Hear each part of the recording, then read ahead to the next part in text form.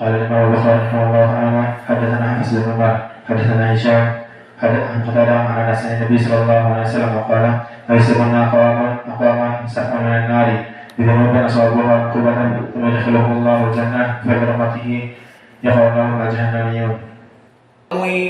Orang yang lebih baik dari dia, maka dia di atas dari ulama Basrah yang lainnya. Maka ini adalah lafaz bahwa dia di atas derajat siqah. Dan bahkan Ali bin Madini mengatakan man lam yaktub anhu kataba an rajulin anhu. Jangan lewatkan hadisnya dari Musa ibnu Ismail al-Minqari ini.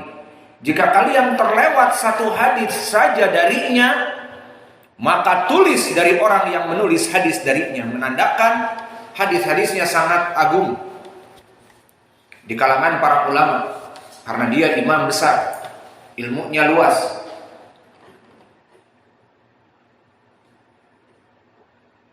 Maka berkata Yahya ibnu Ma'in siqatun ma'mun, dan kalimat siqatun ma'mun di atas derajat siqah. Siqah dan ma'mun dijamin terpercaya, hadis-hadisnya benar. Kemudian meriwayatkan dari Abu Awanah. Maka siapa Abu Awanah? Dia Waddah al-Yashkuri, dan dia juga masyhur dengan kunyahnya. Maka Abu Salamah At-Tubudaki masyhur dengan kunyahnya, dan namanya juga Musa ibnu Ismail At-Tubudaki al-Minqari. Jika meriwayatkan an Abi Awanah, maknanya Waddah al-Yashkuri, masyhur dengan kunyahnya juga. Maka Abu Awanah dan Abu Salamah At-Tubudaki sama-sama masyhur dengan kunyah. Adapun Waddah al-Yashkuri Abu Awanah, maka dia hidup di tabaqah yang ketujuh, dan tabaqah yang ketujuh adalah rais dari Itba at-Tabi'in, gembongnya Itba at-Tabi'in. Maka tabaqah yang ketujuh ini hidup padanya Waddah al-Yashkuri, dan juga Syu'bah ibnul Hajjaj, dan Sufyan ats-Tsauri, dan Malik ibnu Anas, dan Su'aib ibnu Abi Hamzah yang periwayatannya paling kuat dari Az-Zuhri, dan juga Zuhair ibnu Muhammad, dan juga Husain ibnu Bashir, dan yang dekat kita lewati Hisham ibnu Abi Abdillah Ad-Dastuwai. Adapun kedudukan Waddah al-Yashkuri, maka dia di atas derajat siqah. Berkata Abu Hatim, kitabuhu sahih wa huwa saduqun siqah wa huwa ahfad min Hammad ibni Salamah. Maka ini ucapan Abu Hatim, dia itu kitabnya sangat kuat, menjadi rujukan. Maka jika Waddah al-Yashkuri membaca dari kitabnya, kitabnya sangat aman, hadisnya benar, sahih.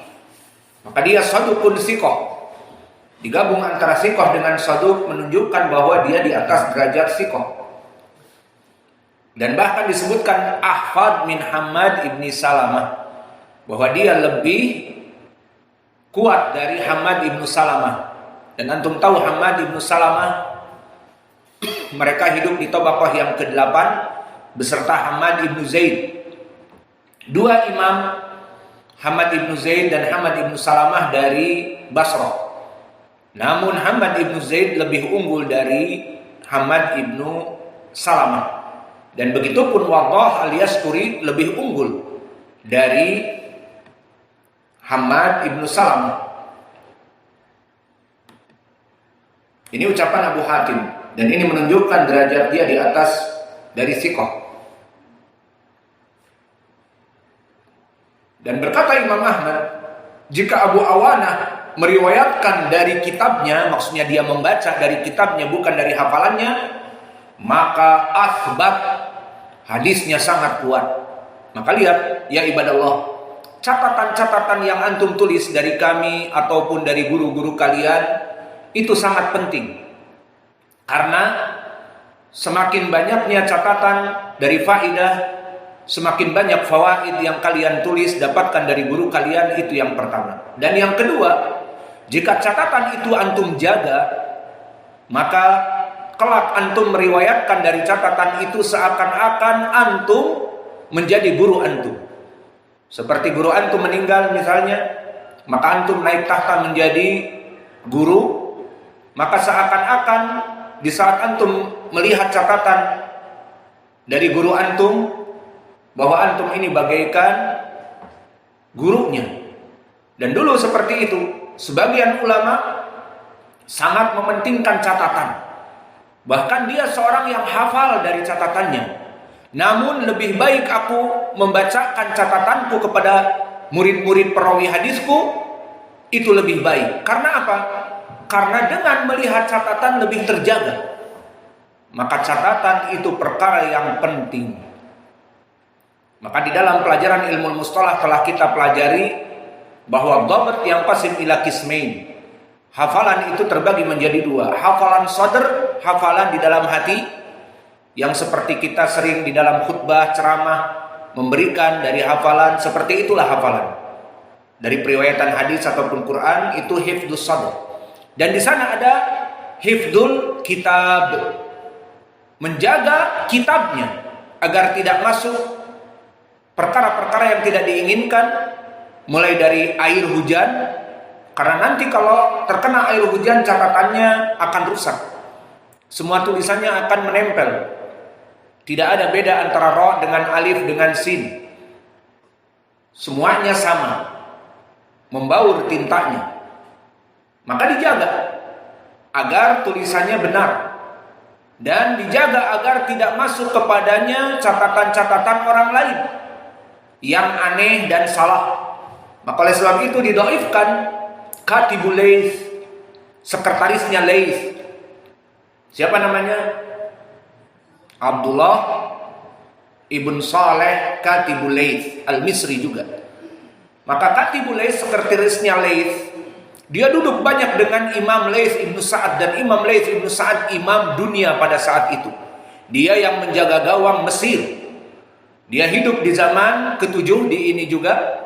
Dikatakan oleh para ulama, para a'immah dunia ini di zaman tabaqah keemasan dari kepala dan rais itba'ut tabi'in, maka disebutkan di Kufah ada Sufyan Ats-Tsauri, dan sebelahnya Al-Wasit ada Syu'bah ibnul Hajjaj, dan di Madinah dipegang oleh Malik ibnu Anas sejaman, dan di Mekah dipegang oleh Sufyan ibnu Uyainah, dan di Mesir dipegang oleh Laits ibnu Sa'ad. Maka mereka ulama-ulama ahlu sunnah di zaman mereka menjaga gawang dari ilmu hadis dan ilmu sunnah. Kemudian Laits ibnu Sa'ad mempunyai murid orang Mesir juga, Katibul Laits, yang setia menulis semua ucapannya. Maka mulailah orang-orang cemburu. Ini kalau Laits ibnu Sa'ad yang sudah tua ini meninggal, ilmu-ilmunya siapa yang akan mengambilnya dan menjadi marja, menjadi rekomendasi? Jelas Laits ibnu Sa'ad, karena dia sekretarisnya. Lihat catatan-catatannya. Maka Laits ini akan naik daun jika Katibul Laits ini, Abdullah ibnu Saleh, akan naik daun. Maka dari kehasadan para penuntut ilmu kepada Katibul Laits, mempunyai tetangga yang buruk. Tetangganya ini buruk akhlaknya dan merasa cemburu. Kalau meninggal Laits, akan datang orang berbondong-bondong kepada Katibul Laits, mengambil ilmu dari gurunya Laits dengan perantara muridnya Katibul Laits. Nah, daripada dia tersohor naik daun jadi alim ulama, dan aku orang yang belajar dengan Laits pun karena mungkin dia malas dan sebagainya, aku tidak tersohor, mendingan sama-sama tidak tersohor. Ini orang yang hasad. Apa makna definisi hasad? Berbeda dengan ghibthah. Kalau gibtoh, dia melihat misalnya Katibul Laits, ini misal gibtoh dengan hasad. Tetangganya melihat Katibul Laits, wah orang ini rajin, Masya Allah, ilmunya luas. Ini kalau Laits ibnu Sa'ad meninggal, ulama dunia ini akan diambil ilmu-ilmu Laits dari dia. Kalau dia tidak ada hasad, dia akan mengatakan, oh aku juga pingin jadi dia, Abdullah ibnu Laits. Namun aku tidak seperti dia, serajin dia. Banyak hadis-hadis yang hilang. Aku banyak disibukkan dengan jualan di pasar, atau menjadi kuli bangunan, atau menjadi bla bla bla. Manusia punya kebutuhan. Namun ini Laits ibnu Sa'ad sabar dia. Tidak ingin jualan, tidak ingin apa-apa, pokoknya menuntut ilmu.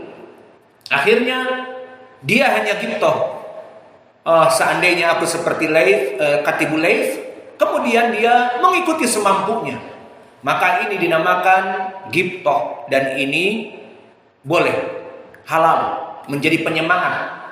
Namun yang haram adalah hasad. Hasad itu yuridu antazula nikmah min akhi. Dia menginginkan seperti Katibul Laits, namun menginginkan kebaikan yang ada pada Katibul Laits sirna. Ini dia hasad. Apapun yang dia perbuat, pokoknya Katibul Laits nggak jadi marja setelah Laits ibnu Sa'ad. La yakuna marja'an ba'da Laits ibnu Sa'ad hadal hasad.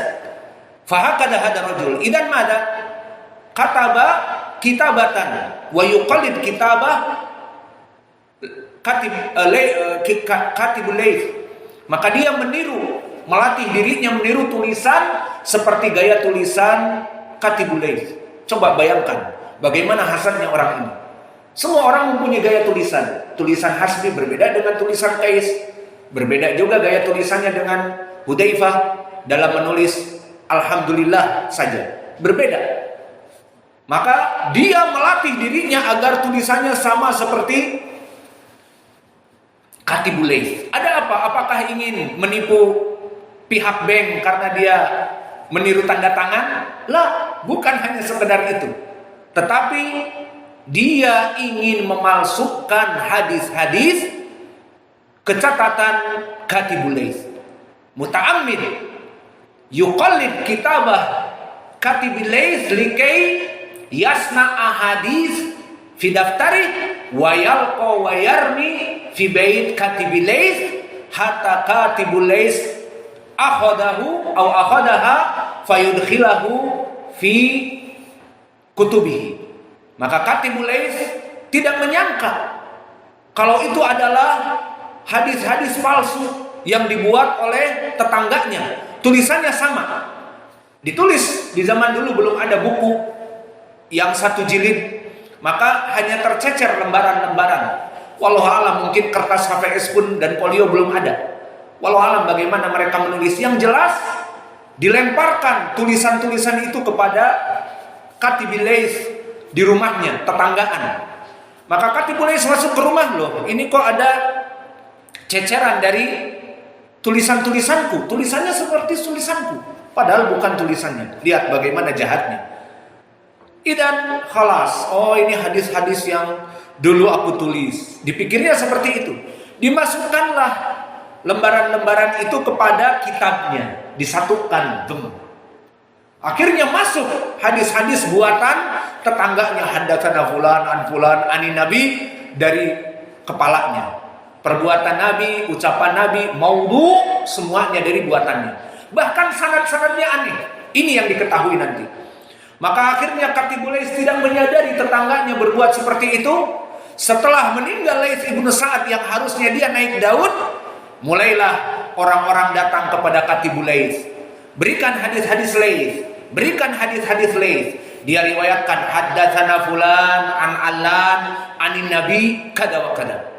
Yang datang bukan sembarangan anak-anak kemarin sore. Yang datang ulama besar dari Tabaqah yang ke-9. Bisa jadi seperti murid-muridnya dari Laits ibnu Sa'ad yang agung, seperti di Tabaqah yang ke-9, seperti rawi-rawi misalnya yang di Tabaqah di bawahnya, misalnya Abdullah ibnu Mubarak dan juga Abdullah ibnu Wahab. Maka mereka menyadari ini bukan hadisnya Laits bin Sa'ad. Siapa gurunya Laits bin Sa'ad yang disebutkan tadi aneh? Tidak ada di dunia gurunya Laits bin Sa'ad bernama Fulan ibnu Fulan. Dan dari mana hadis ini? Dari Abi Hurairah, katanya Nabi berbuat demikian dan demikian. Tidak pernah kami dengar hadis seperti ini. Mulailah orang curiga, ini hadis dari mana?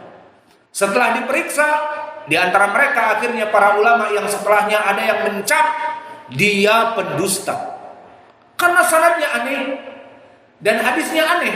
Dan benar, kalau memang itu dusta, jelas dusta karena bukan dari tulisannya. Namun dia tidak menyadari ini yang jadi masalah. Akhirnya para ulama pun terpecah dalam penghukuman kepada Katibul Laits. Disebutkan Katibul Laits kadzdzab. Disebutkan setelah itu matruh, ditinggal hadisnya. Banyak hadis-hadis aneh, sanadnya aneh, matanya aneh. Ditinggal, lebih aman ditinggal. Maka diperiksalah setelah itu oleh Imam Ibnu Khuzaimah dan juga Imam Ibnu Hibban setelahnya. Maka mereka mengatakan bahwa bukan dari ta'ammud, maknanya bukan dari kesengajaan.